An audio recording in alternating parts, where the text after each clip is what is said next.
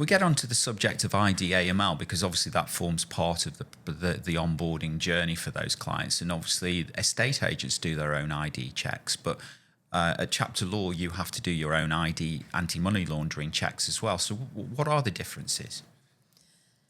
So it comes down to the legislation and the regulations and our own internal policies that guide us, really.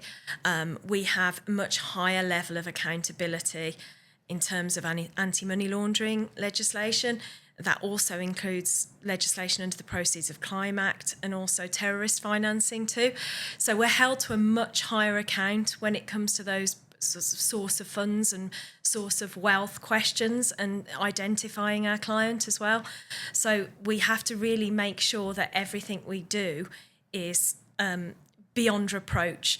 And that is because national studies have said that the conveyancing process is subject to abuse by criminals, and that is a fantastic way, if you like, to launder money, make dirty money clean, the proceeds of crime, for example, to make that clean.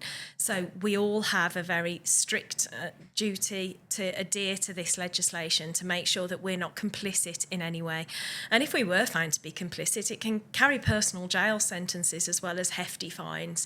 So there is absolutely a massive drive within the whole industry, but within Chapter as well, to be beyond reproach. So in terms of the IDAML process then, what does that look like at Chapter? Is that people giving you copies of passports, or is there a process in place?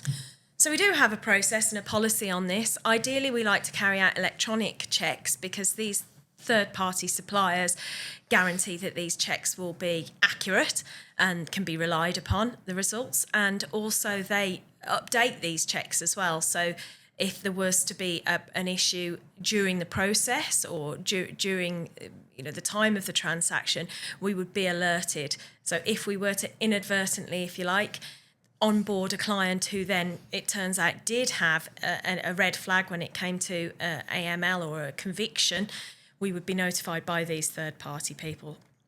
Okay. It's also very painless from a client point of view as well, so they can download an app on their phone and click links and upload documents that way.